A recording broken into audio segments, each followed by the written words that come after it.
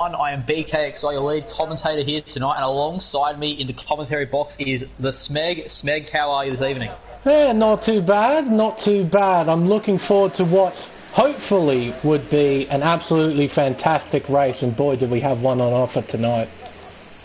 Yes, indeed. We have the Monaco Grand Prix here tonight at this world-famous circuit, and we have probably the most important qualifying session of the entire season coming up right now, Smeg, because this is one track where it's virtually impossible to overtake. So do you think tonight that whoever qualifies on pole, do you think they surely would be the favourite to go on and win the race? Well, qualifying on pole is definitely one massive advantage around this circuit. As you said, it is next to impossible to overtake around here. It's not impossible, but it's just next to it, just a little bit next to impossible. But I think it's more whoever's first into turn one is going to be most likely winning this race. You can start on pole, but if you have a horrible start, you leave yourself incredibly vulnerable up virage and towards Massenet turn two. So qualifying more or less towards the front, I think, will take a lot of priority. Not so much pole, but qualifying towards the front. Yes, that's exactly right, ladies and gentlemen. Up the front row preferably, maybe third or fourth if you can get a very good getaway, but like Smeg said, it's incredibly difficult to overtake around here. And all 20 of our drivers actually already breaking our way onto the track. It will be YWR Marcus in the Haas. He will be the first man to set a qualifying time tonight. And Smeg, while some of our drivers are beginning their laps, who do you think will qualify on pole tonight? Well, it's very hard to ignore the man on recent form, the Gaming Burger, as Marcus has a horrible moment at the top of the hill at Massenet, crashes into a few walls and loses an end plate, so that's it. Oh, and into the wall! Oh, and a big crash! Hit him as well! Oh, no. So there we go, we've got... and a 5 grid place penalty as well for a severe collision. So that goes his race, more or less, because, yeah, grid penalties around here are just... Oh, God, and look at that. Oh my... That's V Todd! And he gets another 5 grid place penalty. Oh, no.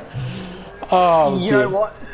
If I was Marcus, I'd probably just put the car in the pit lane, because unless he qualifies, I think it's 9th or higher, unless he gets the 9th fastest time or higher, he's going to be starting from very last on the grid. Oh dear. And yeah, he's rushing to get that car back to the pits. Anyway though, we'll quickly pan off to Strauss.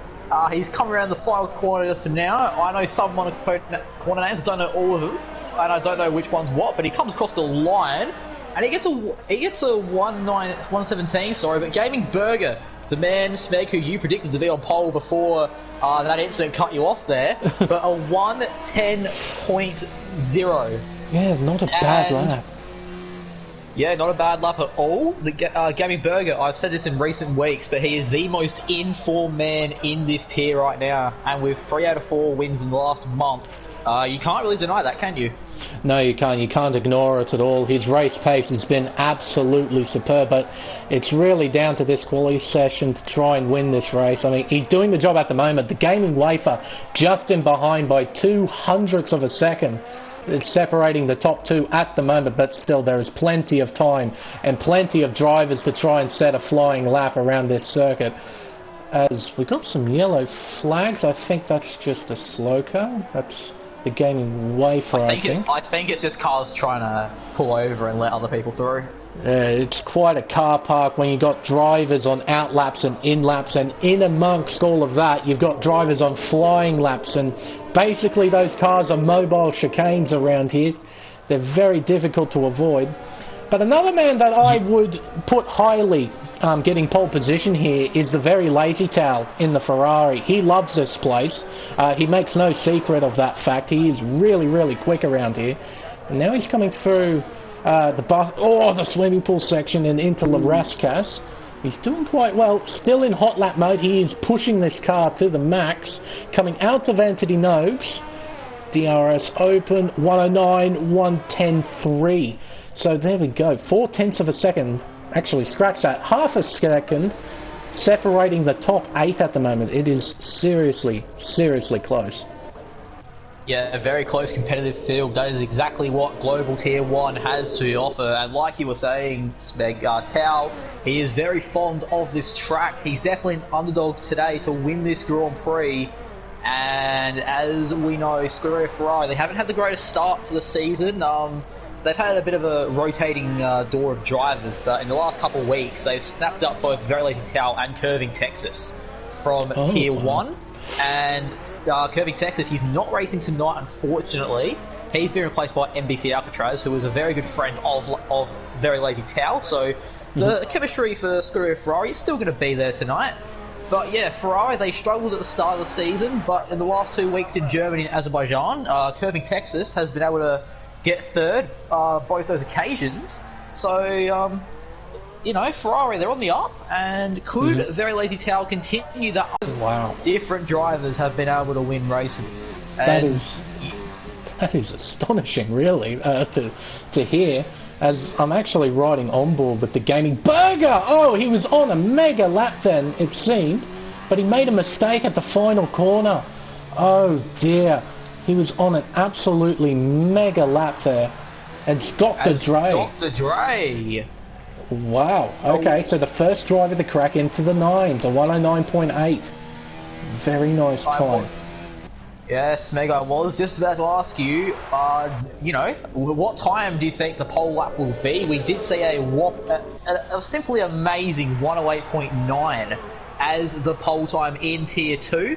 So you would expect someone to maybe get close to that today, and I'll be honest, I'm a little surprised it took 9 minutes for someone to finally crack into the 109s, but Dr. Dre 3000, he's been a consistent driver near the front. He, in my opinion, is probably one of the best drivers on the grid to not won a race yet. As Iceman in the Racing Point, he sets a 109.811. So that's the second driver of this session to break into the 1 minute 9 range. As I'm riding on board with Very Lazy Tao, he's currently a 10th and a half up on his lap time. Coming through his final section here, coming into Rascas, the corner where Jules Bianchi, he did a lot of amazing overtakes there, and yeah, I think that little bit of contact may have been the driving force there for Tao to decide to abort that lap. I'm keeping an eye on Chain Game Wow, the current championship leader, if I'm not mistaken. He's currently in P5, only, oh, what is that, 2/10, a bit less than 2/10 of a second separating him to pole position. It isn't much around a circuit like this. He's coming into, back into Louis Chiron, into the swimming pool section, and there's Iceman! Oh, he will definitely get a penalty for that, surely, for blocking. Surely. Yeah, Chain Game was up as well. That potentially could have been a pole lap. He would be furious about that. Oh, yeah, dearie me. Chain Game is a passionate driver. He will definitely be fuming in that cockpit right now. He's currently 5th, and he definitely had the pace to break into the 109s. Riding on board now with the man who is 2nd in the championship, the Gaming Wafer. He is currently 4/10ths up. So if he keeps that momentum, he will take provisional pole. Coming around the final corner now, I think this is called NC Nose. Correct me if I'm wrong there, Smeg. No, he comes down now, crossing the line, and it's a 109.4. He is 4/10ths clear on pole for Toro Rosso. That is an awesome lap in terms of the session at the moment, because there's still 7 minutes, a bit under 7 minutes to go. So there's a lot of track evolution to still take place. So that time could be beaten, theoretically, with the better conditions on circuit. So, in regards to the pole time, maybe we'll see an 8, like we did in Tier 2, perhaps. I wouldn't be too surprised. See an 8. And you know what, I think it'd be a bit embarrassing for these Tier 1 guys if they couldn't beat a Tier 2 guy in qualifying. As I'm riding on board with Toes Rudy, he was up by a little bit, and he does improve to a 110.2. Not into the 9s yet, but it is enough to move up into P7. And, you know, that... So I don't even want to call it the midfield, but there are so many drivers within close proximity of one another where if you gain 1/2, you're looking at gaining like 5, 6, 7 positions here. So time is everything tonight. Exactly right. and also around a circuit like this, you tend to make at least 1 or 2 mistakes on the lap. It is that demanding of a circuit that you're pretty much guaranteed to make at least 1 mistake. So if you can just correct a few things here and there, you could quite easily jump up many positions, because yes, it is incredibly close at the moment between a lot of these drivers. Yeah, and you look at the gaps between, you know, some of these drivers' times, and you know, Gaming Wafer, his time is somewhat safe in this session, 4 tenths to the car behind. As riding on board with the man who's currently 3rd in this qualifying session, Dr. Dre 3000, coming across that second sector split, he is up by 2.5 tenths, so he is looking on for a very good lap. Could this be a pole lap for the Red Bull driver? We will find out in a matter of seconds. Activating the RS. He's about to cross over the finish line right now, and it's a 109.559. That is close. That is very close. Oh, hello. Hello, Tal. Hello. Welcome to the party. He jumps to P2. Okay. Welcome to the party, pal. The very lazy Tal. A 109.485. We call him a dark horse for pole and the win tonight, and he is only 0.031 off of pole position. So scrap what I said 30 seconds ago about Wafer's time being somewhat safe, because Towel and Dr. Dre have just proven that 109.4 is definitely a time that can be beaten. And I think this next 4 minutes and 15 seconds of qualifying, it will be probably the most important 4 minutes and 15 seconds in qualifying this season. Yeah, I was just watching Chris in the Williams. He was on a fairly good lap, I have to say, but he made a mistake at Anthony Nogues, and he's only qualified in P7, but that's a fairly respectable lap after making a mistake at such a critical corner. So I might have to just keep an eye on that Williams for a little bit, because he was looking pretty quick over the course of that lap, I do have to say. As now, let's see, anyone else on the flying lap? Seems that I think that's supposed to be I've Young just spotted Lights? Young Lights in the McLaren. That is Young Lights. Yeah, okay. Young Lights in the McLaren. He's coming around that final corner now, activating DRS. I think he was 7 tenths up before. He's going to cross the line, and it's a 109.823. So the McLaren moves up into 5th, and he dethrones his teammate, Gaming Burger, who is a driver who I probably would have expected to have been in the 109s by now, but he should have 1 or 2 more attempts with 3 minutes left in the session. As Marco Botta, 26, in the Renault has left the session. Hopefully he'll be able to join back. But tell you what, I think we might have to ride on board with this lap, I think. I think it'll be quite a nice lap to watch. I think he might just turn it up here. Here we go through Saint-Avold, 3rd gear, 4th gear, 5th gear, up the hill, up virage. Through these little kinks into Massenet, he's doing well, 4th gear. You can see that there, left foot braking, using the brake and the throttle at the same time to try and get the car around corners. Into Mirabeau, the first Mirabeau, then into the hairpin, 1st gear, very slow, just creeping around it. He's looking good, 2nd gear through the 2nd Mirabeau. Into Portier, 1st gear, short shifts to 2nd to just get that extra rotation. Through the tunnel, we've got a green flag ahead as Rogue Flash has retired from the session. Okay. 1st gear, really? I never use 1st gear through the chicane. I typically just use 2nd. 4th gear through to back into Louis Chiron, then to complete the complex, the swimming pool complex, through that chicane in 3rd gear. 1st gear at Rascash, short shifts, and he might get a little bit of a tow from Gaming Wafer, but here we go. He's out of ERS. It's a 109.1. There he's a lap. He's taken Gaming Burger. He's taken almost a whole second. A whole second. That's an awesome lap. Oh, what a lap by the McLaren driver. And, you know, a couple days ago, it was the 26th anniversary of the tragic passing of Ayrton Senna. Ayrton Senna, a driver synonymous with the McLaren team and a driver synonymous with the Monaco Grand Prix. You could say it, as he's done it was only logical for Gaming Burger to put in an amazing lap as He's I done don't a think he's doing Rosberg. a Rosberg necessarily. I think he's just trying He's to play just out of stuck. people's way. More or less, yeah. He's not trying to... Yeah, he's trying to find he's some trying. room, He's doing his best. Is what he's doing. Yeah, he's just trying to get out of everyone's way. It just looks like a Rosberg. Oh, and the gaming wafers. Ooh, slowed down. And He was on a flyer. He's invalidated his lap there. Oh yes, he has too. As you can tell by the track map being red. As we have some drivers on flying laps, Strauss has moved up into 5th throughout all this. Looking at Dr. Dre now, he's 3/10 off. I'm just trying to find someone who's, towards the end of their lap that, is in a position to... Iceman. Sharp. There's Chain Game. Oh, wow. Chain Game in the running ball. 109.3. That's So it's not good enough for pole, and he has backed off. So the Red Bull driver is not getting pole position today, but that honour could still yet be going to Gaming Burger, but we still have everyone else finishing up. There is Iceman at 109.484, and Dr. Dre's crashed with VTOD. Yeah, he's gotten a penalty for it as well, and that won't get removed. So, and he's retired. Oh, now do cars ghost? Cars do ghost in race spec, yes. Thank goodness. Because, yeah, that would be quite the scary thing. As Christopher now has a 5 players group penalty for a collision with VTOD. Oh, and Young Lights is out of the session. He's crashed into the back of Dr. Dre's Red Bull. And he's just pressed retire.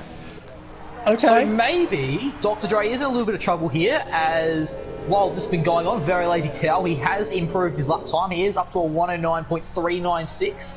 So that Scuderia Ferrari is currently in 3rd, and Christopher is the only driver who's on a lap, but he is currently in a barrier. So what we have right now, Smeg, is your qualifying results.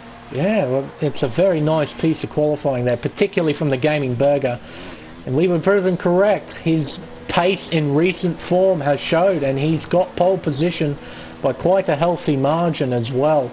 So it's looking good for the McLaren driver for potentially his 4th win within 5 races.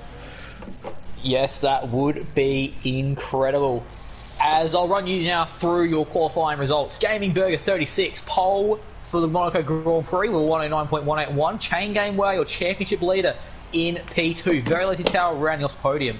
There's the Game Way for 4th, Iceman 5th, Dr. Dre in 6th. He has that 5-place group penalty, so he will drop down the order. Then it's Strauss, Toes Rudy, Young Lights, and MBC Alcatraz rounding out your top 10. They'll have to start on the soft tyres. Christopher, he's 11th again with grid penalty. He will drop down. Then VTOD, Nunny, Ozone, Marco, Ferry, Banana Cake Pie, Stones Towel, Rogue Flash, and then YWR Marcus will round out your grid here in Monaco. Right here, now it's time for the race. Do you think there will be any wet weather conditions, maybe? Oh, I do not know if we'll have any wet weather conditions, but that would definitely throw a curveball. As one thing I do know is that our current pole sitter is not particularly fond of the wet conditions. Gaming Burger, he has stated in the past that he doesn't like the wet conditions. He doesn't feel like he's very quick. He doesn't feel like he can excel in these conditions. As I'm taking a quick peek now at the championship battle, after 9 rounds, we have Chain Game Wow leading the championship on 126 points. Then 26 points behind is the Gaming Wafer on 100, and then 3 points behind that on 97 points is Gaming Burger. So if Gaming Burger can finish ahead of Gaming Wafer and outscore him by 3 points, Burger will take 2nd place in the Drivers' Championship today. Wow. So I'm just looking at the comments section. I've got quite an interesting one from Young Lights. Is that Dre messed up his lap. He did indeed mess up his lap. Apparently he was purple in Sector 1. So it's not looking good for that McLaren driver, but at least his teammate is on pole position for this race. Now, just going to check. What tyres are they on? Let's have a look. Okay. Got pretty much almost an even split, but not quite. Almost, but not quite. So 12th to 15th are on the medium tyres, and 18th to 20th also on the mediums, only broken by Christopher and Banana Cake Pie in P16 and P17. Everyone else soft compound tyre, which isn't such a bad because of the likelihood of a safety car early on in the race. The soft tyre just gives you that great deal of flexibility in case if there is a safety car. Got plenty of support for a lot of the drivers as well in the comment section. It's good to see.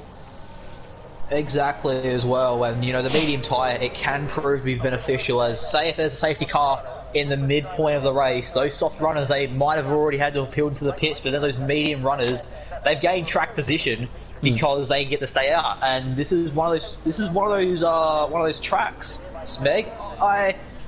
This might sound a little bit crazy, but in terms of the pit strategy here, I sort of compare it to the Joker lap in Rallycross, you know? Sometimes it's not necessarily about pitting when your tyres are, you know, over the edge a bit. Sometimes you just want to pit and put yourself out in some clean air so then you don't get held up on the train.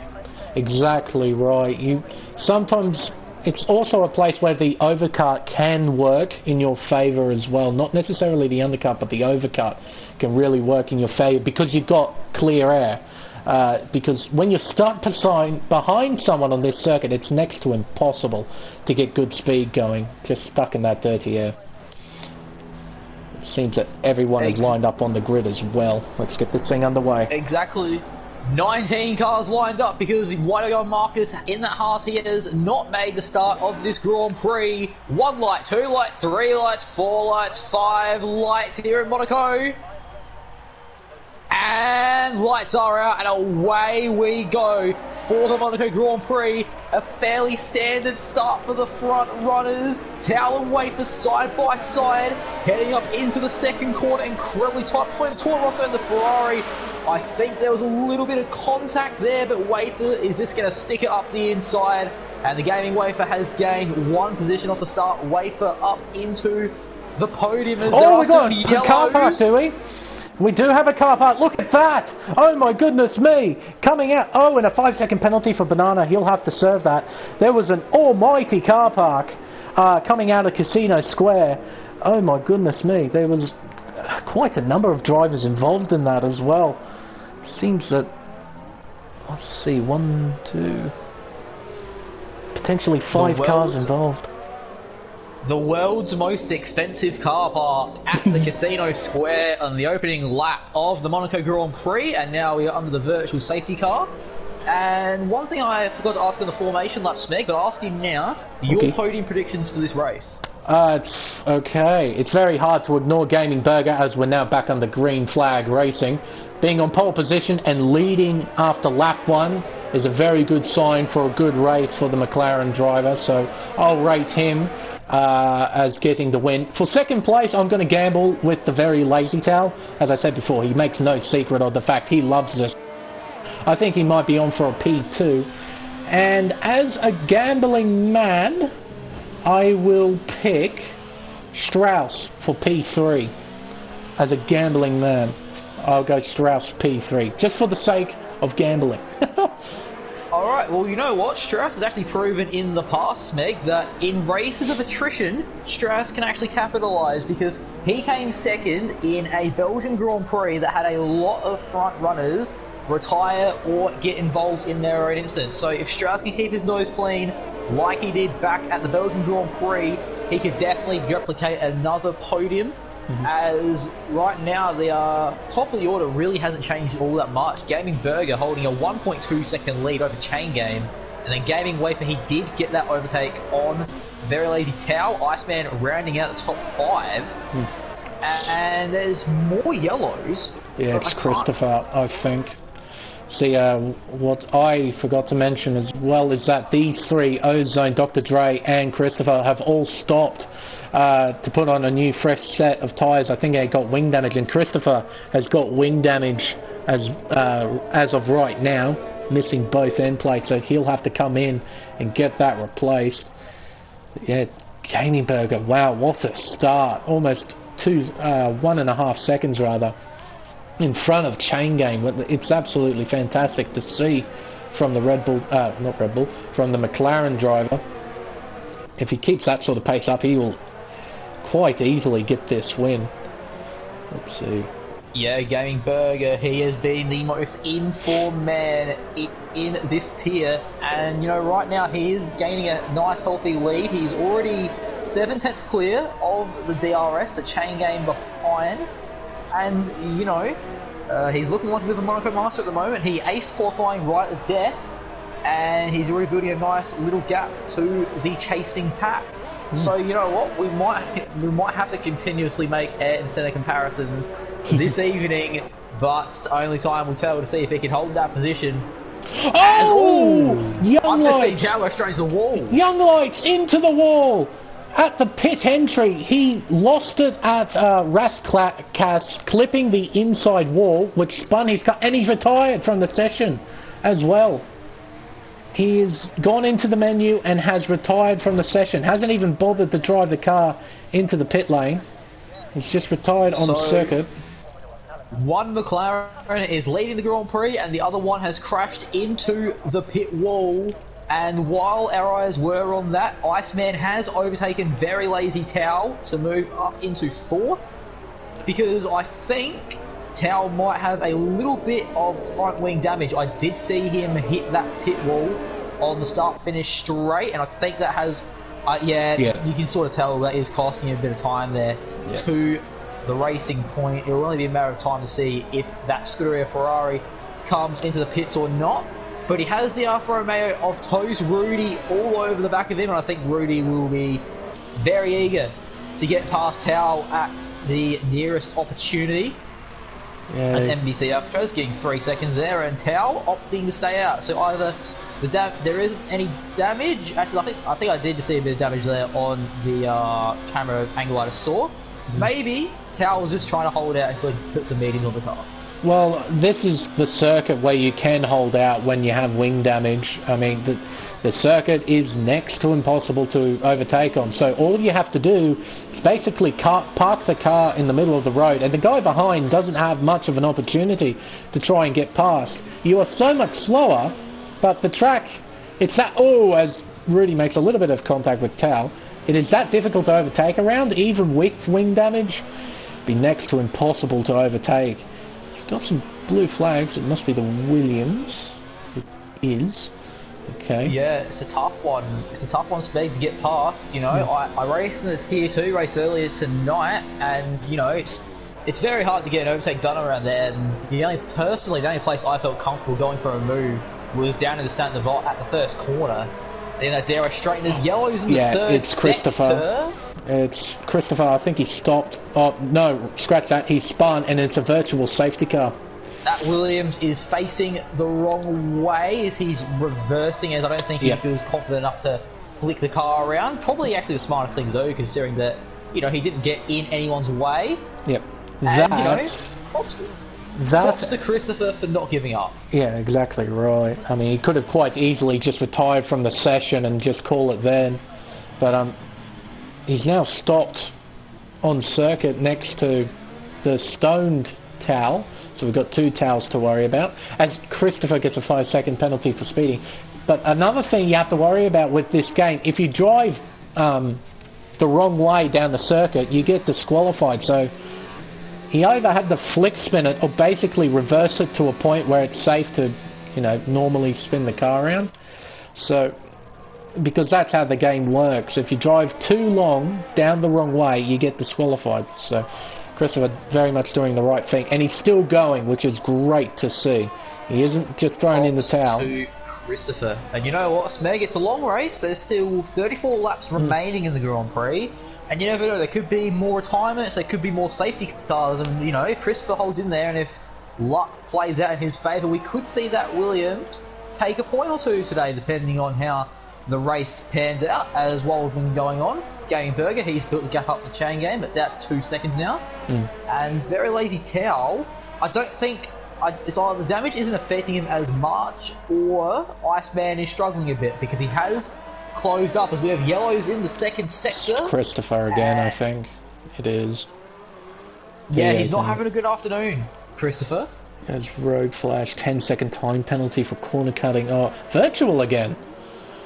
Yeah. We must be getting close to the limit of virtual safety cars, surely. Eventually we're going to have to get a proper one. Oh, and Christopher has called it a night. I'm just kind of right on board with the gaming burger.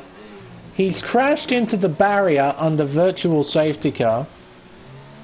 I think if someone decides to investigate that, there could be some penalty points up there for Christopher's road flash as well. He has pulled his Mercedes into the pit lane, retiring his car the correct way, bringing it to the pits, and then calling it a night. So we're down to 16 runners in the Grand Prix so far. As I don't know what's happened under that virtual safety car, but Chain Game has gained an entire second on Gaming Burger. Yeah, Burger did not manage his delta well at all, and Chain Game just did. That gap was over 2 seconds just before the virtual safety car. Yeah, it's now down to almost 1 second between these two. But at the moment, Gaming Burger, he's got track position, and that's what's key around Monaco. So, although he's lost time, he's still looking good for a race win. I hate to cut you off here, Spec, but there is a lot of battling going on right now. As Nunny and Todd make contact. The battle for... I saw Alcatraz and Nunny going side by side, and then Nunny and V-Todd. This battle for 7th place is getting really spicy as V-Todd and Marco. A lot of scrapping going on here at the lower end of the points, and these drivers want to be careful because Ferry is sitting right behind them, and I'm sure he would love to capitalise on a mistake and get a point or two this afternoon. As heading to the Nova Chicane, is Marco going to die there? He does! Contact! Heading... More contact! Still contact! And here comes Ferry! Contact and Ferry gets through! That's a nice move, I have to say. Completely took advantage of the situation, pulled to the inside just before Tabac, and he got into 10th place, shoving Todd outside of the points as Tal's in. That's an early stop, I have to say. Yeah, lap 8. Personally, this is the lap that I actually pit on in the Tier 2 race, so I can confirm there was some safety car assistance there, which helped me get the tyres to the end.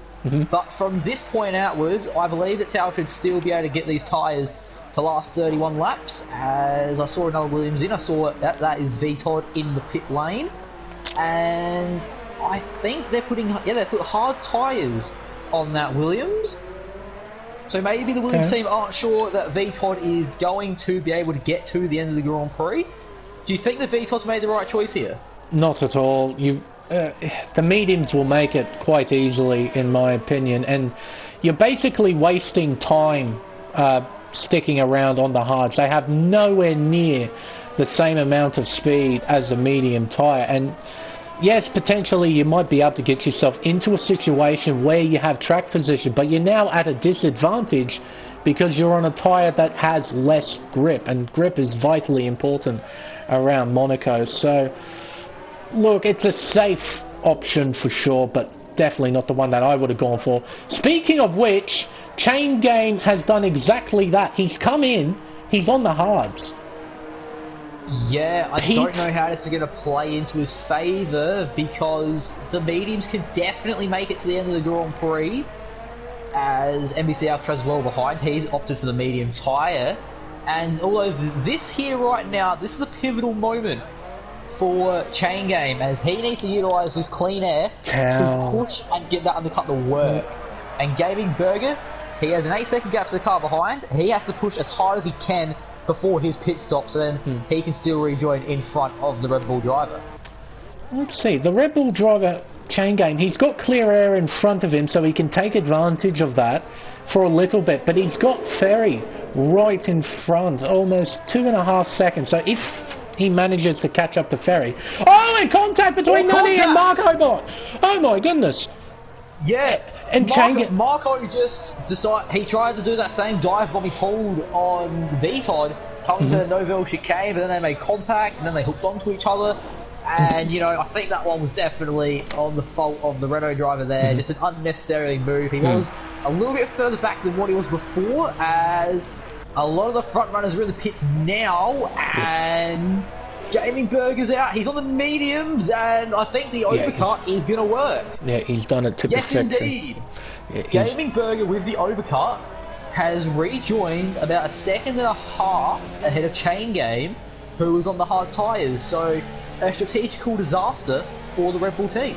Yeah, and it didn't help with that incident at the Neufeld chicane. Chain Gang got involved in that, and because of that incident, he actually got a 3-second time penalty for exceeding track limits, just to try and avoid those two having a moment at Neufeld. So that incident, plus the fantastic final lap from the Gaming Burger, has put him back out in front on fresher, softer tyres. So it's really, really looking good for the Gaming Burger at this stage. What helps Burger out even more is that Chain Game still has to get past Ferry, and Ferry started on those medium tyres. So if he were to, say if there were no safety cars and he wanted to go mediums to softs, we could expect Ferry out for another, 25, not 25, another 15, 20 laps. Yeah, exactly. So Chain Game could actually get stuck behind the Haas and Ferry. So he's gonna have to get a move on. Otherwise, Gaming Burger, it's just easy pickings for Gaming Burger, and I think right now he is definitely here we go to win. Oh, what a move down the inside! Massenet and Ferry into the wall. I'm not sure if there was contact, but Chain Game absolutely sent it down the inside at Massenet. Ferry left the door massively open. He did not defend the position at all, and missing end plate now for the Haas driver. So he's going to lose a lot of speed. Quite disappointing for him after such a fantastic start. Oh dear. Yeah, we did say that Chain Game had to get past Ferry as quickly as he could, and he got past Ferry as quickly as he could at the expense of some front wing of the Haas driver. Although he is still leading some drivers who are yet to pit, so he does have a nice little advantage over those drivers, but it's 2.3 seconds now between the McLaren and the Red Bull. Will Chain Game be able to close the gap? I am not confident in it. If I were a betting man, I would not be betting on Chain Game to win right now, as Ferry peels into the pits after that wing damage. And from here, I think the hard tyres are the only option. Yep, that's it. He can't really go onto the softs. I don't think the softs will make it. No, maybe they could. But they would be extremely dead by the end of it. So, yeah, more or less a hard tyre, or doing a two-stop more or less on two sets of softs. That's very unfortunate for him. Trying to go long, trying to get that track position, it just hasn't worked out, unfortunately. Yeah, and he rejoins now in 13th. One of 4 drivers on the hard tyres is Banana Cake Pie. Gets a 3-second time penalty. It's not hashtag P1 Banana this time, Smeg. It is hashtag P16 Banana. Yeah. And that is not a hashtag that he will want to be trending for the next week in the Race Spec Discord. And I'll give you a quick rundown of the top 10, as majority of the pit stops have been completed now. Gaming Burger leads. Chain Game in second on the hard compound tyre. Then Marco Botta, he rounded out the podium, but he is yet to pit, along with Nunny 007 also yet to pit, which would put the Gaming Wafer. He's 5th now, but after pit stops, we should expect him up into 3rd. Then Iceman in 6th, Strauss in 7th, Toes Rudy in 8th, and then it's a Ferrari duo of NBC Alcatraz and Very Lazy Towel rounding out the top 10. And not many position changes from that top 10 as well. I mean, Marco and Nunny are up massively, but that's because of strategy, not because of them being ludicrously fast. And speaking of which, Gaming Wafer is all over the back of that Mercedes. He's starting to get frustrated because Iceman in the Racing Point is starting to catch up. Like, the biggest loser, unfortunately, is the Very Lazy Tail. After qualifying 3rd, he's now in 10th, and he has wing damage as well, the poor fella. That's very unfortunate for Tal indeed. Now having wing damage and being 7 places down from where you started. Yeah, it hasn't worked out well for that Ferrari of Very Lazy Tail. I think maybe we hit him with a bit of a commentator's curse up here, Spec. We had too much faith in him. Heading into this one. I wanted to throw him a podium because he needs one, I think, Tal. He's shown exceptional pace over the past couple of races, as the Gaming Wafer is just let by Nunny Nunny not wanting to put up a fight at all. I wonder if he's going to do the same thing with Iceman coming into Massenet. No, he won't. He will hold a racing line. He's now starting to hold up the racing point as Tao gets another penalty. He has to be careful, otherwise he might get disqualified from the session. But I wanted to throw him on the podium because I thought maybe he could finally, after so long, he could finally get a podium and show everyone that he does have fantastic pace, but bad luck is on his side all the time. And yeah, it's not working out well for the Ferrari driver at all, unfortunately. Yeah, at the moment it is not looking like it was meant to be, as Nunny lets Iceman through yet again. Yep. As Nunny, he's realised that, you know, these guys aren't my battle. I still have to hit, these guys don't, so there's no point me holding up their race. There's no point, you know, holding up myself trying to defend those guys. Yep. As he has lost a fair bit of time to Marco because of that, and you know, he is still battling Marco out on track, and he definitely could have gained those positions. But it will be interesting to see how long Marco can hold P3. As Gaming Wafer, he's going to want to try and get past as quickly as he can, because with the medium tyres being faster than the hards, I think that Wafer and Iceman could be outside shots at taking second from Chain Game. That is just a prediction that I have, as you can just tell by watching Wafer on board, Smeg, that he's very keen to try and get past this Renault as soon as he can. Yeah, he's the sort of person that continuously knocks on the door, even though the person on the other side really doesn't want to open it. He's looking left, right and centre to try and get past this Renault, but all that Marco has to do, as I said, is just park the car in the middle of the road, just hit every apex, and that's all that there's to it, as Rudy makes a pass on his teammate Strauss, and Strauss overshoots the chicane and gets a 3-second time penalty as well. So it's not looking good for him. I might have put a curse on him for this race as well as the gaming, the very lazy tail. We might tail. want to send out some quick prayers for Gaming Burger then. You know, he's the only one of your podium predictions, Smeg, who hasn't had something terrible happen to him yet. I am... So maybe we need to keep our fingers crossed. I am keeping everything crossed at the moment. In my head, I am just talking to God to make sure the Gaming Burger gets on the top of the podium. At least then I get one prediction. 1 out of 3. That's alright, 33%, it's not bad. So, but yeah, I also watched when I quickly switched over to the onboards of Rudy and Strauss, and they made that overtake, and I'm getting the belief that Strauss actually pulled over in the tunnel for Rudy to get past. You know, Rudy, he's on a fresher set of mediums, and Strauss is on a fit, 11-lap old hards. So I think Strauss is playing the team game here, letting his teammate through so that he can try and push Nunny and the drivers ahead, and then also he can use the track to his advantage, and he can try and hold up the pack behind, so then Rudy has no pressure from the back. And I think that is an excellent display of teamwork from the Alfa Romeo boys. Yeah, absolutely superb. And you need teamwork around here. I mean, to try and negotiate an entire field by yourself isn't very good. Sorry to cut you off here, but Chain Game is in the pits and he's changing his front wing. Did he get damaged, I wonder? I did notice between the interval between first and second at one stage was about 2.5 seconds. I glanced up at it at the start of this lap. It was about 4.5 seconds. So, yeah, okay. He must have got wing damage and he's come in to replace it. So that... Okay. Very odd. It's an interesting one. I feel like that maybe Chain Game could have stayed out and he would have been able to have held second place, but he's opted to pit. And now we have our championship leader, the Flying Dutchman, a Raging Bull. He will be one of the fastest men, if not the fastest man, on track right now. He will be trying to storm through, try and regain those positions, as there is a bit of a train developing up now for second. Marco yet to pit.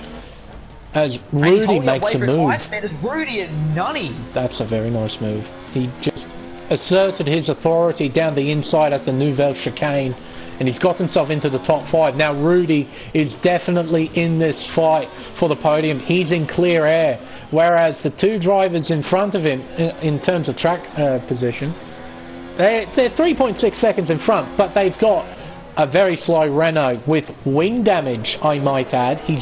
Marco's now got wing damage. So these guys are going to be even slower now, stuck behind the Renault. So, yeah, it's making a very interesting race, that's for sure.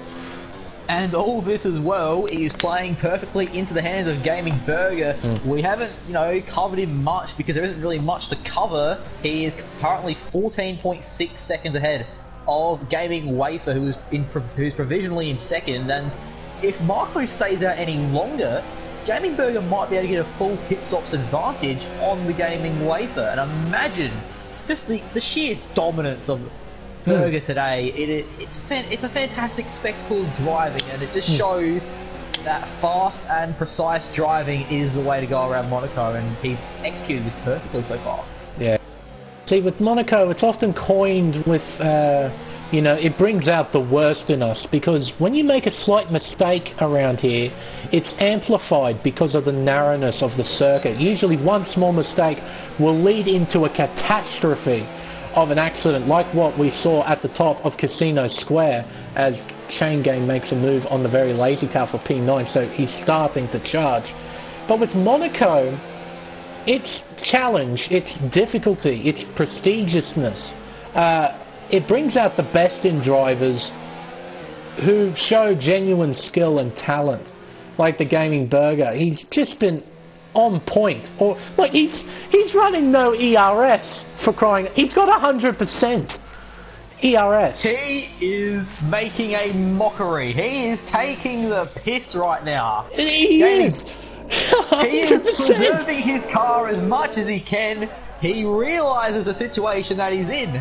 This is a Sunday drive for him, and what a coincidence, because this race is taking place on a Sunday evening for Gaming Burger.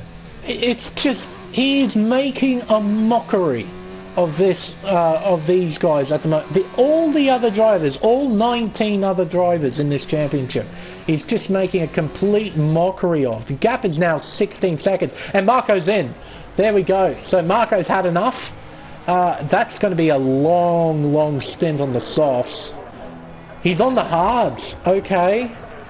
I'm very confused with this pit strategy then, because I assumed he would have been holding out to try and pit on the soft tyre, but now he's opted for the medium, and Nunny's pit as well, and Nunny has actually jumped him. Okay. Okay. That's an interesting one, as they both reach outside the points. Yellow's in the first sector, but I can't seem to figure out where it is. It's probably just a slow car, I imagine just a brief yellow.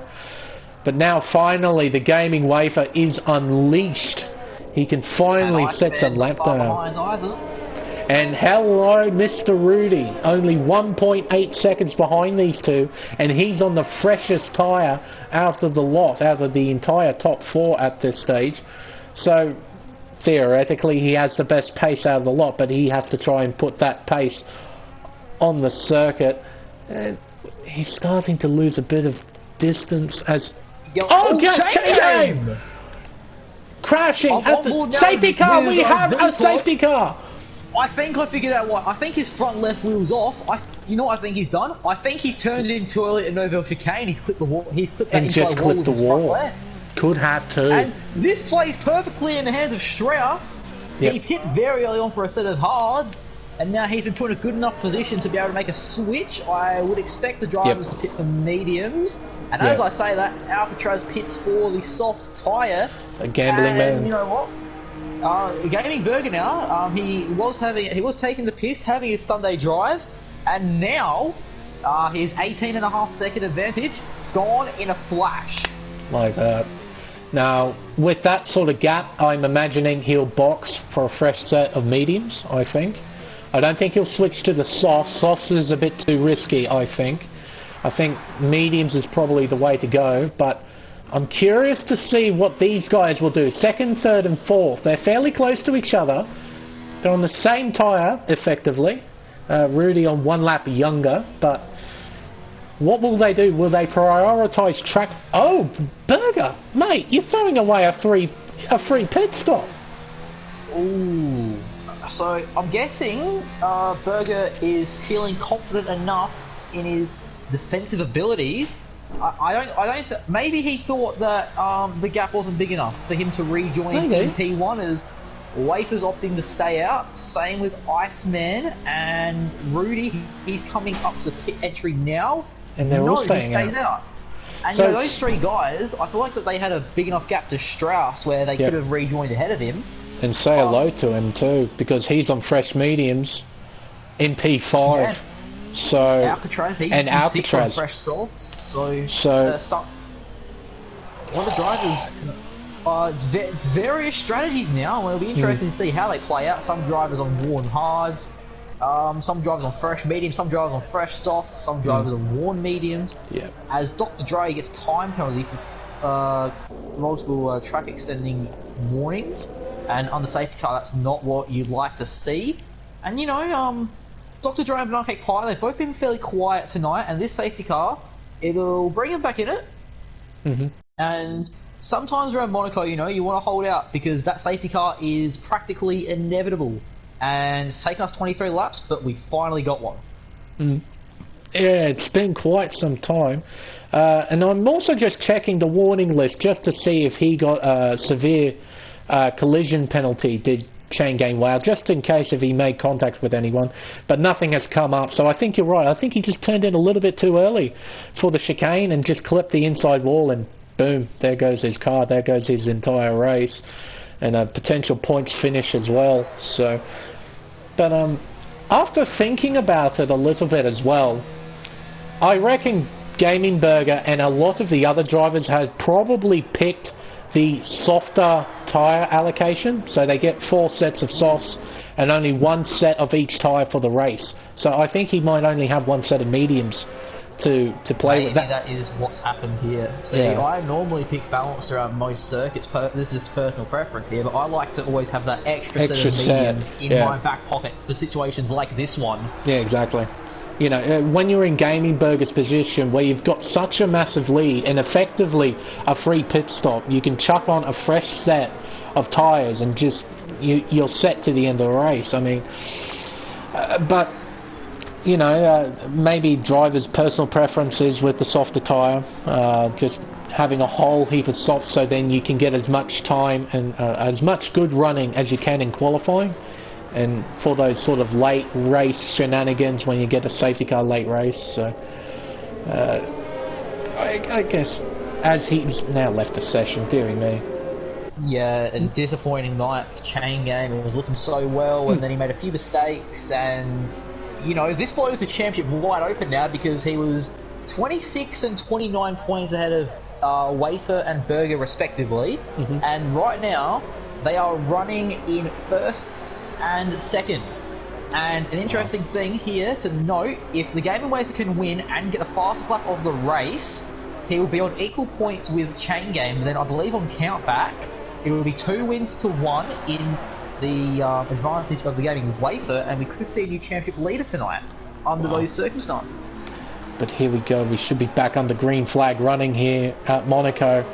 Wafer hasn't got a brilliant start, but it's good enough. And here we go, back under green flag racing here at Monaco, lap 25 of 39. Everyone seems to... 15 lap sprint as Yellow's in the 3rd sector. Yeah, that's a stopped car. I think it's just the Stone Towel. He's stopped on circuit because he's ghosting. He's letting everyone through, so then he doesn't cause any sort of hindrance to the other drivers. Here we go. That is very respectable there of the Stone Towel. Very class of him to get out of the way of the drivers behind as quickly as he can. Yes, to not disrupt any of their races. And, you know, just 5 laps ago, this race was looking like a foregone conclusion for Gaming Burger to win. Now, we have no idea who's going to win. 15 laps, anything can happen around here at Monaco. Sector 2, yellow flags. Yellow's in the 2nd sector. Oh, no. And I think it's... Stone Towel. He's retired from the session. He's crashed into the wall, and I'm coming up to it now. I think the stewards might like to... Safety car! We have got a safety car again! Oh my... You know what? You were saying how the stewards need to look into that. I think the stewards definitely need to look into that one now, because causing and intentionally crashing out your car and bringing out the safety car is one of the biggest no-nos that you can avoid in this league. And Tal is doing the very thing that I would think of doing lap 26 of 39. You're going to be spending at least 2 or 3 laps on the safety car. That will bring it up to 29 laps. So, effectively, the softs can make it. And you still have relative pace. So, Tal, I think he can make it, and he'll have really good pace towards the end of this race as well. So, but yeah... it's not a good look from the Stone Tal. I'm not sure whether or not he lost it by himself. I think he did, because he let everyone go at the start. And the way that the car's positioned, it didn't driver error either. So, oh dear. It's a very suspicious one. And this safety car actually helps out Banana Cake Pie a fair bit, as he actually didn't catch up to the safety car in time. Before, so now he will be at the back of the train, and 12 out of 14 drivers are in that train right now, with the exception of Banana Cake Pie and Very Lazy Towel. And again, we mentioned it before, a lot of drivers on different tyre strategies. I believe that 8 of our 14 drivers, Smeg, are on the mediums right now, that being the top 5, VTOD, Nunny, and then Banana Cake Pie, and then it's 3 on the softs in Alcatraz, Dre, and Lazy Towel, and then 3 drivers on the hards in Ferry, Marco, and Ozone. Personally, the hard tyre is definitely not the one I want to be on right now, but maybe the hard tyres are the last that these drivers have. Who knows? Who knows? But and also the problem again with this circuit, we've mentioned it so many times: track position. You can pit and switch onto the softs, but you can't really use the pace because you're stuck behind people on hards, and you can't make any sort of moves. So I kind of get why some of the drivers on the hard tyres are staying out, just to try and hold on to that track position. So I don't know. It'll be interesting to see how it plays out. And I did see Very Lazy Towel. I think the reason why he pit, actually, I did see the Ferrari team change the front wing, so maybe he did get some wing damage on that restart. And you know one thing as well, Smeg, that doesn't help with back-to-back safety cars like this? And what's that? It's that the drivers, they're driving at a slower pace, and since they've done so many consecutive safety car laps now, if it makes any sense, they're sort of losing their rhythm, they're losing their momentum at driving the track at full speed. And Monaco is such a difficult track as well to get the tyre temperatures up. Yeah, exactly right. The first 2 or 3 laps here, we could see some of these drivers really struggle just trying to get back into the groove of things, of trying to readjust to driving at race pace.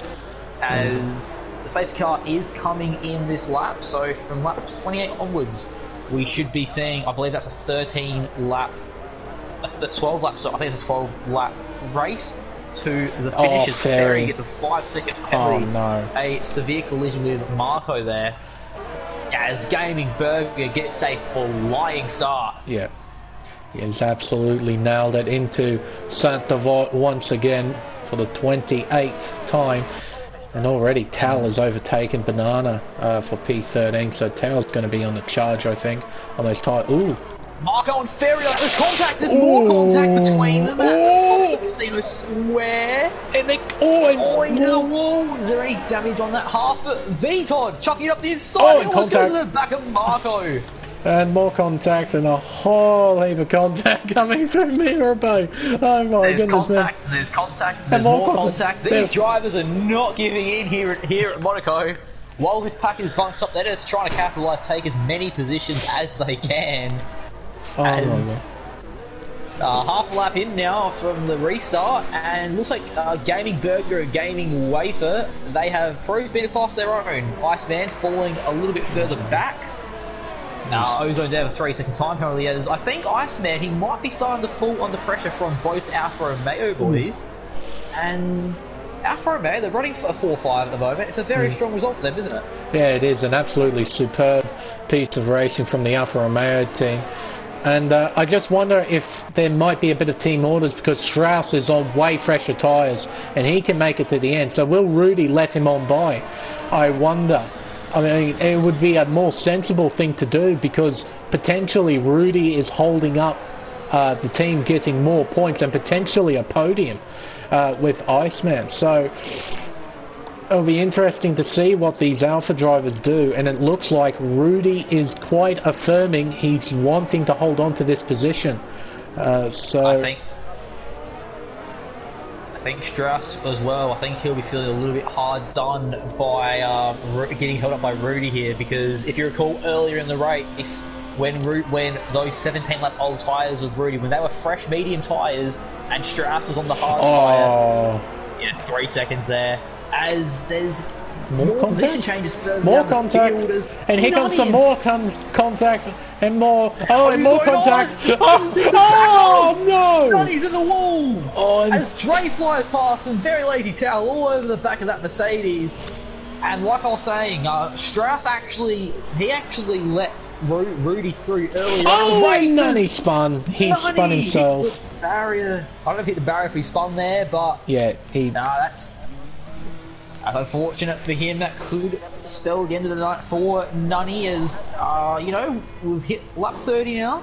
They have to do a wing change as Banana Cake Pie as well in the pits. Yeah. So the Racing Point driver, the winner of the Brazilian Grand Prix, a terrible night for. Oh, sorry. That came out. Terrible night for him so far. Oh my word, it's all happening at the moment at Monaco. These safety car resus always bring up a little bit of drama. As the Gaming Burger, he's now starting to pull away. I was just going to say, Gaming Wafer was keeping up with him. Now Burger's starting to assert his dominance and starting to pull away, but he's using a fair amount of resources to get away from him. So, but it'll be about just breaking out of that DRS zone, and it's looking like at the moment Wafer's going to stick with it, and that's actually unfortunate for Burger because he has used a lot of that ERS in an attempt to get away from the Toro Rosso, but this hasn't worked out in his favour. So a lot of spicy battles for the rest of the night. As very lazy Tao, 5-second penalty for corner cutting there. As you know, it's Wafer versus Burger for P1, and then it's Iceman versus Rudy for third. And you know what? I think that Rudy staying in front of Strauss might have been the most beneficial thing for the team because he's fallen a second and a half behind. Toes Rudy there as Alcatraz in the Ferrari. He must be noticing by now that Alfa Romeo is going slowly. So Alcatraz, he will be trying to, you know, capitalise on this and maybe try break into the top 5. We'll have to wait and see. He is on the soft tyre, which means they're going to be incredibly destroyed by the end of this race. So don't forget about Marco or Vtod as well. They're in some very nice point scoring positions. Of course, penalties are going to play a part in this, which I better check as well. But now the Gaming Burger's all over the back. Oh, sorry, the Gaming Wafer all over the back of the Gaming Burger. Here we go. If you want to keep your eye on the action, I'll give you an update on the penalty front. Okie dokie. Alright, so Gaming Burger, no warnings at all, completely scot-free, which is one thing you want to love, that you love to see around here at Monaco of all tracks. Gaming Wafer has 3 warnings. I'm assuming one of them was for a collision. So we'll say that he's 1 warning away from a time penalty. Iceman, he has 1 warning. And then Toes Rudy, I'll just check top 4. Toes Rudy, 2 warnings. So at the moment, Iceman and Gaming Burger, they've kept their noses the cleanest right now. Oh, you say that as soon as you say that. So, but Wafer's now got a penalty, so he's very much out of place. That sector 2 yellow flags, and we've got a Ferrari in the barrier. Oh, it's Tao. Tao's in the wall. I reckon he's been turned into. I think. Just from the way that car looks, I think he may have been turned into. Yeah, I don't think that's driver error there. And he's not moving. Now he's moving. I think he's just yelling at himself, perhaps. Yeah, it's unfortunate for very lazy Tao. He showed a lot of promise tonight, showed a lot of pace and qualifying, and this race has not gone right for him as his teammate MBC Alcatraz. He I think you're right as well about his tyres starting to fall off because he's lost 5 seconds now. He's 5 seconds behind Strauss, and before that gap was at about 1.5, 2 seconds. Yeah. And you can see it now because Marco is starting to be all over the back of the Ferrari. Sector 2 yellow flag, it's Towel again. It's Towel again. He's stopped on circuit this time too. Says hello to the gaming burger. Yeah, he's not in a good mood. I think that with Alcatraz in 6th here, I don't think that 6th place is safe because we've seen tonight Marco will not hesitate to chuck his car down your inside. Wait a minute. I see what the problem is with the Ferrari. Both end plates are missing. Oh, so it's wing damage. Wing damage. He's out. He's retired. Is that he's intentionally crashed that thing, hasn't he? He did retire in the swimming pool section. That's also a questionable retirement. Another questionable retirement in this Grand Prix. Is that the 3rd one now? That's a bit questionable with crashing out. So maybe that's something we might have to raise with the lead coordinators. So maybe get this looked at. As obviously as stewards, we can't snitch on anybody, but you know the lead coordinators can if they want to. Yeah. As 6 laps remaining now as we're on lap 34. Gaming Burger, he has led this race from ever since the start. He had the lead and he held it. Way for in 2nd. Iceman still in 3rd, and he's pulled a gap to Toes Rudy, and Strauss has been able to catch back up to his teammate. So maybe Strauss might try to steal P4 at the end. And Marco's made a move. Oh, contact between the rail and the Ferrari! Oh my goodness! What on earth is that? I have never seen such a thing in Formula 1 in my life! Oh my goodness! That's like a reverse Pascal Wehrlein in 2017. You know the one where he got pinned up again? By Jensen. Oh. And Viton is absolutely cheering because of that. He's gotten past both of them. Ozone gains 2 positions. Viton up in the 6th. Ozone in the 7th. Marco and Alcatraz losing out a lot there. Oh my word. Marco the 3-second time penalty, and I think that Alcatraz, he must be fuming right now. He was in P6 a minute ago, and he has a lot of understeer there coming up to the back. I think, there's some wing damage on that Ferrari. Could be the end of any point scoring opportunity if he peels into the pits. No, he chooses to stay out. Okay. So Alcatraz, he realised that there's only a few laps left in this race, and he's going to try and defend onto P9 as Dr. Dre is coming into the pits. The Red Bull team opting for a new front wing and another set of soft compound tyres, so we could see a fastest lap attempt from Dr. Dre. I can't even call the words to describe my feelings towards that crash between Marco and Alcatraz. It's unique is probably the most sensible word we could use to describe that incident, because my goodness, without using any profanities. Yeah, of course, without using any sort of colourful language that we try not to use on the channel, but sometimes, you know, when stuff like that can happen, that is amazing. I've never seen a car do that. At least an F1 car. I've seen an F2 car do that, but not an F1 car. Absolutely it's amazing. An interesting one. That's a very interesting crash. I don't think I've ever seen anything like that happen in Formula 1. As Alcatraz, he's throwing points away right now. Yeah, he's going in. And he's coming into the pits. So I think maybe he just wants the fresh tyres, and they haven't changed his front wing. Oh no, they haven't, have they? You know one thing I just realised as well? Alcatraz was on... He pit at least like 14, 15 laps ago for a set of softs. Maybe he had to pit, so maybe they were close to getting punctured, who knows. Yeah, that's but he rejoins in 11th with that damaged front wing. So I think unless anything happens at the front, I think your current top 10 will be the top 10 come the end of the race, as Strauss all over the back of Toes Rudy there, the Alfa Romeos, not being as friendly to each other as they were at the start of the race. And I think that now since Strauss is, effectively battling Rudy, I think that these Alphas are going to go tooth and nail until, to the end of the race. Although that would be kind of a silly thing to do, as Strauss would know that his teammate doesn't have any penalties, and he has 2, unless he thinks he can get those 2 removed, which I highly doubt. But yeah, with those 2 fighting like they are, they are risking, and Strauss has got wing damage as well, missing end plate. Yellow's in sector 2, it's Alcatraz. Come on, mate. If you're going to retire, he's do it. Still in it, and he's pulling over to let Banana through. Okay. We don't want to see another driver deliberately crash out. Yeah, it's not what we like to see. Is Dr. Dre 3000. I said he was going to go for a fastest lap attempt, and he has done exactly that. A 110.888. Very nice. That's the fastest lap of the Grand Prix. As Strauss went into the wall.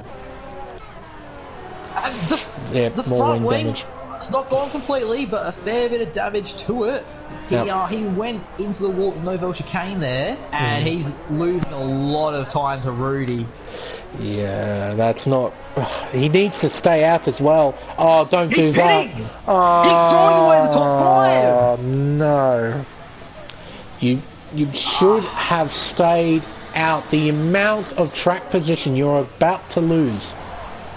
Oh no. Yes, V Todd now moving top 5, Ozone into 6, what about Marco Ferry? into 7. Can Ferry do it? Ferry's coming around Anthony Knows now. Yeah, and he's done it. He's going to take PA. So Ferry, not Ferry, Strauss has he's essentially just given up 8 championship points. More or less. Oh, and Ferrari. As there's yellows in the opening sector, it's Alcatraz again. He's lost a bit. Sideways on the track. This night has gone from promising to bad to worse. Oh no, poor Alcatraz and Tal, dearing me. It was looking great after Tal getting 3rd place during qualifying. A very nice lap from him, but oh damn. And now Gaming Burger's coming onto the pit straight to start the final lap.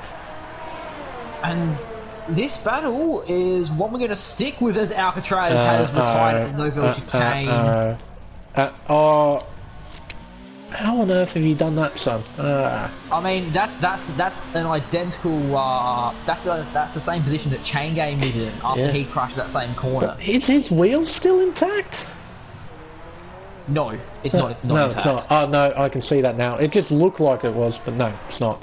So. Another questionable retirement, but I want to give Alcatraz better than that there, considering that Chain Game did the exact same thing early on in the Grand Prix.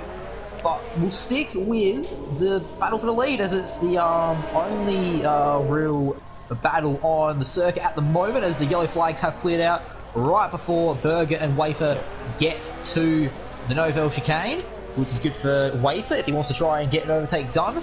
Well, but I don't think that he's going to be able to get close enough, and with that 3-second time penalty, I don't think there's a point. Well, he's now going to be incredibly vulnerable. The back end. He lost the back end a little bit there, got a little bit too eager on the throttle, but he's led from lights, and he's going to lead to the flag. Gaming Burger 36 wins his 4th Grand Prix of the season, with the Gaming Wafer in 3rd, as Iceman's still 2nd. As Gaming Wafer crashes at the line, fittingly. He's going to cross in 4th, no penalties, he kept his nose clean. Same with V-Todd, he's 5th, Ozone 6th. As Marco Botta, he's going to cross the line in 7th. Yep. Just trying to see, where some of the drivers will stack up in terms of penalties and whatnot. Ferry, he crosses the line in 8th. Yeah, Strauss mega penalties. 9. And Nunny now takes 9th. And Dr. Dre, I think he's going to be too far out to get a point.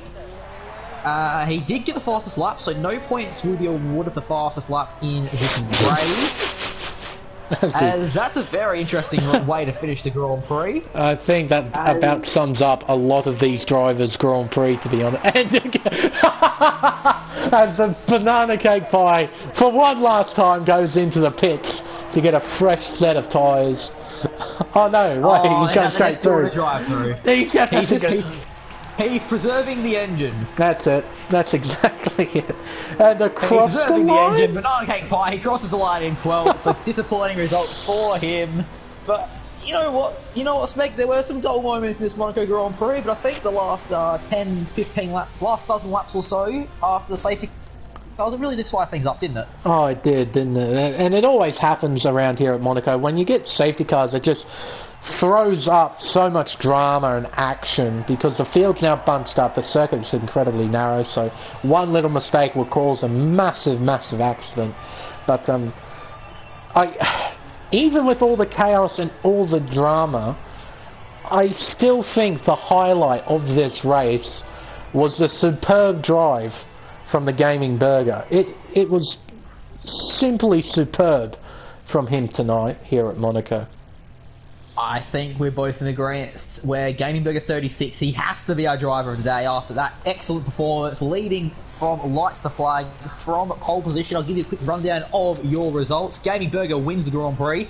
He moves up to second place in the Drivers' Championship, only 4 points behind Chain Game. So Chain Game loses the big advantage he had. Iceman in second, his first podium in the Global Series. The Gaming Wafer rounding out the podium. Toes Rudy 4th, VTOD 5th, Ozone 6th, Marco 7th, Ferry 8th, 99th, and Strauss rounding out your top 10, and then Dr. Dre and Banana Cake Pie, your last 2 remaining finishes. Yeah. And Smeg, what a Grand Prix that was. It was. Throughout qualifying and throughout the 39 laps of the Monaco Grand Prix, it was quite a nice one, I have to say. Not the best Monaco Grand Prix I have witnessed, but definitely up there. And also, only take these results provisionally because I think there's going to be quite a bit of discussion between the drivers after certain events that happened during the race, particularly if you remember back in qualifying with Iceman on what he did to Chain Game during qualifying, blocking during qualifying. Oh, I do remember that actually. So, now that you bring that one up. Is he vulnerable for losing a podium position perhaps? That would be a massive blow for himself and for the Racing Point team. But I think... Yeah, it wouldn't be the first time that Iceman's had a podium taken away from him either, as he was classified in 3rd in Spain before Chain Game got some penalties removed and moved back onto the podium. But anyway, that was a fantastic Grand Prix.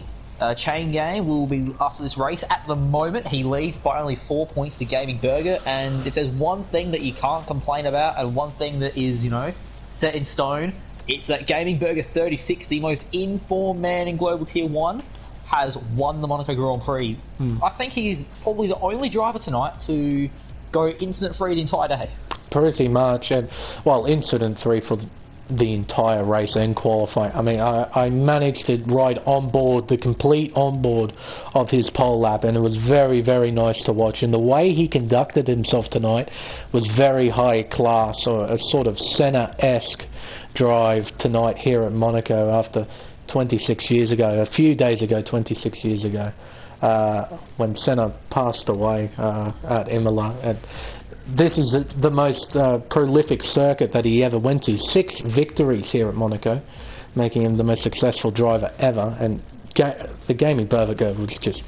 He sort of emulated just a little bit of that Senna magic here today. It was very nice to watch. It was absolutely outstanding, and Smeg, do you think we should conduct some interviews with our podium drivers tonight? Should we give the fans an extra treat? Alright, so Gaming Burger, Iceman and the Gaming Wafer, does that sound good? Yeah, we'll get those 3 in, we'll send out those invites, we'll get those 3 drivers into the commentators box very shortly, and we'll get some words and some perspectives of our front 3. Rightio. Should be blue screen now, so... I've got a couple. I don't have Iceman. Let's see, where are you? Gaming Boiga, and...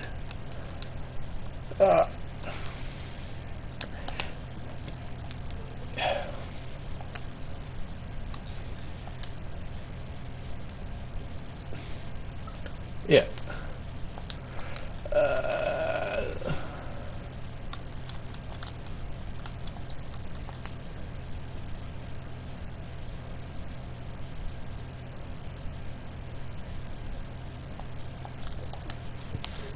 Okie dokie.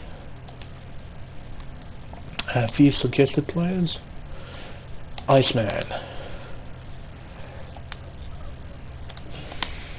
PlayStation Party now, and we'll conduct interviews with them shortly. We have one of them in now, and we'll wait for everyone else, and then we'll get these on the way, Smeg.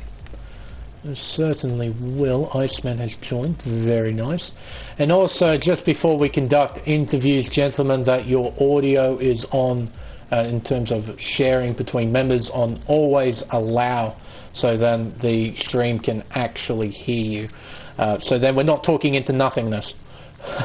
We don't want any awkward, uncomfortable silences. Oh, wrong button. That one. So I think we've got everyone, if I'm not mistaken. I'll just make sure I don't have anyone muted as well.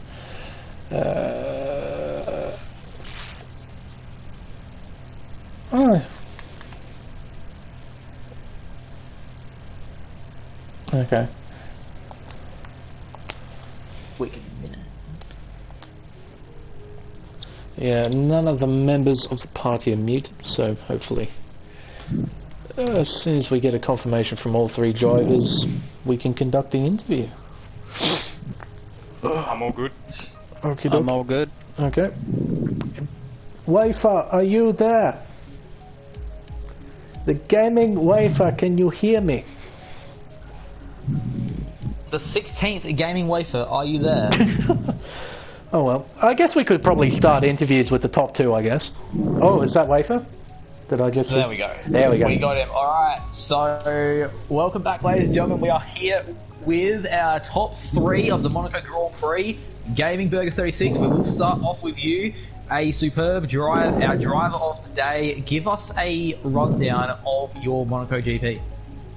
Qualifying, was hoping for a clean lap. I reckon that's the only reason why I probably got pole. Because I just got the cleanest lap. I got no one around me, all by myself, and I was lucky to finish the lap as well. The race pulled away. Chain game, unfortunately, got wing damage and had to pit. And then safety car after safety car, and Wafer was pressuring me in the last 10 laps, I think it was. So that was good racing.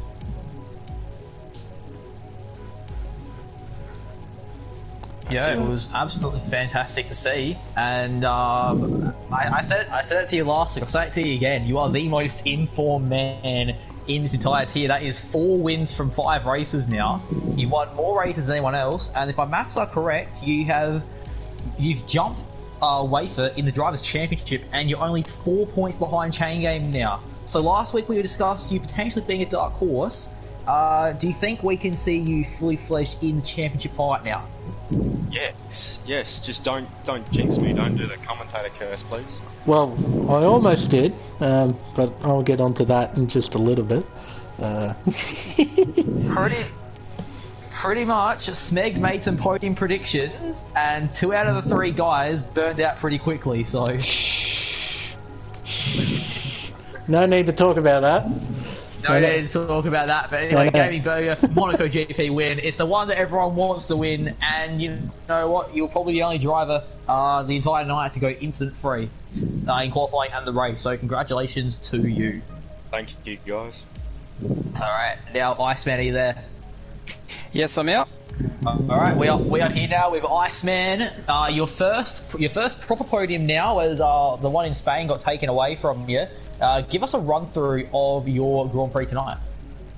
Yeah, it went fairly smoothly. Qualifying was only 0.3 off pole, starting from 5th, so I was really happy with that. I was just hoping to start top 10 and try to stay out of trouble. Got a good start, and then just try to pretty much start behind Wafer for pretty much all the race, and then just had to defend a little bit off the Alphas. Couple little touches with the wall, slight bit of wing damage, but nothing too bad, nothing that really affected the car, and yeah, fairly smoothly, and just stayed within enough to pinch Wafer at the end. Yes, mate, great stuff. And there's one little bit of controversy as well that Smeg and I were able to catch during qualifying. I'm not sure if you're aware of it, but you actually held up Chain Game on one of his flying laps in qualifying. Do you think that maybe that one might get taken to the stewards? I'm not too sure really. As soon as I saw him really close in on me, I did try to get out of the way. And then he was sort of lagging on my screen as he went past as well. So I don't know whether I was on his screen quicker than he was on mine. But I tried to get out of the way as quick as I could through the swimming pool on the exit. Just try to get it into that as far left as possible on that exit chicane, as quick as I could. Anyway, great stuff, mate. A great drive. You held on, kept your nose clean during the race. P2 in the end, your first podium in this tier. So congratulations. And we'll move on now to the gaming wafer. P3 today. Run us through your race. It was pretty good actually. Only P4 in qualifying, bit negative. Was liking a bit more. But I got past Tao straight away, which is absolutely what I needed. Bit aggressive, but you gotta be aggressive around Monaco. And then tyres just burned. The rears just cooked on me every lap. I couldn't do anything on the softs. And then I got stuck behind Marco. He had front wing damage, but I just couldn't find a way past him. And then Gaming Burger, I just cut a corner a little bit too much and got a penalty, so a bit annoying, but it was a good race, and to get on the podium in Monaco, really happy with that overall. Yeah, mate, great stuff. And at the moment, as it stands, if my maths are correct, you're only 11 points off the championship lead now. Do you think that this probably was one of the most ideal results he could have had, considering that Chain Game did retire from the race tonight? Yeah, it was ideal. Would have liked P2, but these things happen. It's still really good to get P3 back on the podium after a 3-race drought of not being on that podium, so really happy, and hopefully I can keep this momentum into the next week. Yeah, it was great to see you on the podium tonight, along with you, Iceman, and you, Gaming Burger. And now, one thing I'd like to tell all three of you, I'd just like to hear your reactions to this. Did you know that the Tier 2 pole time was faster than Burger's pole time tonight? Was it about that ACW guy? Yeah. Yeah, a 108.9. How does it feel knowing that you got out-qualified by a Tier 2 driver? Oh, it feels great. Feels great. Feels great. Top notch. Anyway, that was just a little thing I want to add in there. Just you know, a little bit of poking, you know, just saying like, oh, come on, boys, you're a little bit slow on Tier 2 guy, up your pace. But nah. Anyway, congratulations to all three of you. It's tough to get a Monaco podium. Congratulations for just surviving, essentially. Smeg, do you have any questions for our podium getters? Oh, I do, and I have one for all three, and I actually have it from the comments section, not from myself personally.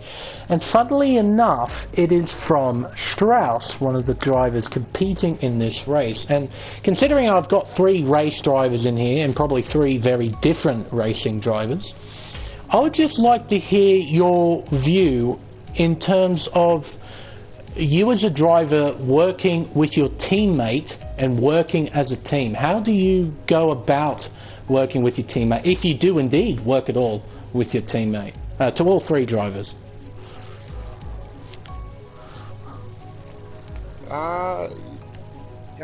You could say he did a good deed, but at the same time, it's kind of racing, and if you guys weren't in a party chat, it's kind of difficult to work around that.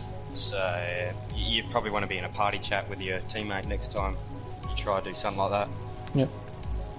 Yeah, I think definitely if you want to work as a team, there's got to be a level of communication. If you're not able to communicate with each other, then you're sort of not racing as a team. Really, you can't work at it. Yeah, I'd have to agree with you too, but my teammate's nowhere near me, so. Shots have been fired. There we go. Oh, Ozone Zero, I hope you're listening in. Oh, that's it. I helped my teammate at Baku in qualifying, so I did my good deed. You've done your good deed, so now you can trash talk him in the interviews. Nah, he's a good teammate. He had an unlucky race tonight. Right. And BK, your views on it as well, seeing as we've got another person with some Working slightly with different... teammates? Yeah, between Well, teammates. personally, my teammate in Tier 2, Big Donga, he's actually a really good friend of mine. We've known each other for a while, so we normally party up, every night. We race together, so we do work together quite a bit. We will put the faster guy, it's normally me, but we'll normally put the faster guy in front. Yep. And it's, I think as well, with working with your teammate, it's also, a willingness to work together, and it's sort of a sacrifice in a way as well. Yeah. Especially if you're the guy in front, and then you can say, like, oh yeah, say, oh yep, Smeg, you're going faster, I'll let you through, because sometimes it's hard and it's like tough sometimes to like want to let people through. Yeah, if you understand what I'm saying. Like last week in Baku for Global, I threw away a podium because I let my teammate through because he was quicker than me, and we're going to try to see if he could challenge the guys in the lead. Sometimes it's just working together it can work out great for you as a team, but like Burger and Iceman and Wafer have said, you really got to be in a party to coordinate these things, because like we saw Strass do, he let Rudy through in the tunnel, and unfortunately, even though Strass showed a little bit more pace towards the end of the race, Rudy didn't repay the favour because, quite frankly, he didn't want to. So there you go, Mr. Strauss, and to anyone else watching. If you want to work together with your teammate, you must first establish a level of communication between you two. If you want to work together as a team, you can't just use car behaviour as a way of communicating something to another. Oh, I'm just going to let you go on by. That could have just been a mistake from your part, and the driver just says thank you very much for the position and I'll go straight on by. But if you've got more pace and your teammate's in front, he doesn't really have to let you by because, well, there's no communication between you two. So our views on it collectively: first of all, you must establish a level of communication, and then you progress from there. Share your views, share your strategies and whatnot, and then you can work together as a team. But I think that will conclude everything, Mr. BK. I can't quite think of anything else. Yeah, that's about it. Again, congratulations and thank you to our podium getters for joining us for some interviews after the Monaco Grand Prix. And a great Grand Prix tonight, and we'll see you the same time next week at the Circuit of the Americas for the United States Grand Prix. Good night, everybody.